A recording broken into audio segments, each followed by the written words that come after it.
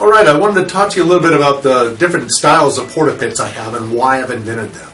I have two that are the size of a pallet, so 42 by 48 on the bottom, and they have rungs inside where we can put a forklift, or we can put the forklift across the other side. So we have a lot of variables with that.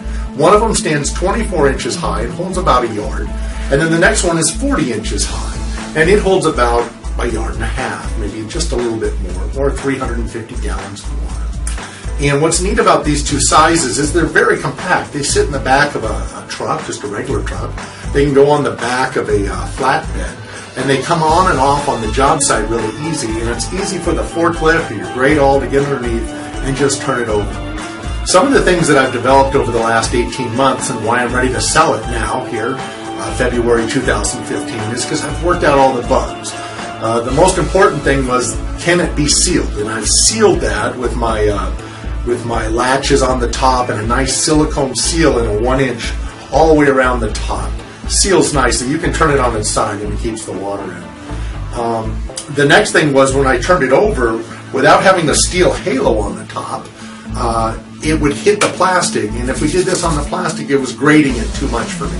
And I wanted to make sure that I handled that so that we would have something that lasts years and years rather than just 10 or 15 or 20 turns.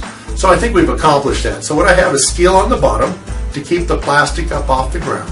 And then on the top I have that steel halo. And so when I flip it over, the steel hits.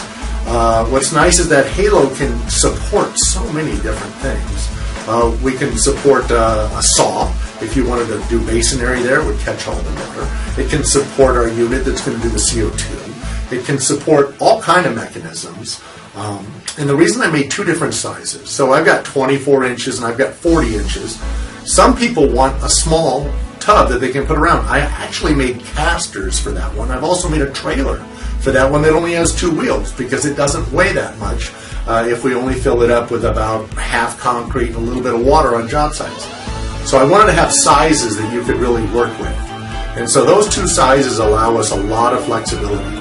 If you want to use the tall one, you're going to have about a yard and a half. If you needed 3 yards, you could do that. As a matter of fact, the 40-inch tall one, we had it on a job site that did 500 yards. And that 500-yard pour, they came over and we were able to use just 2 bins for 500 yards. And we did drain the water out of it the one day and just continued to fill up on top of the concrete, and we were able to use 2. So if you needed a few more, then you could use that.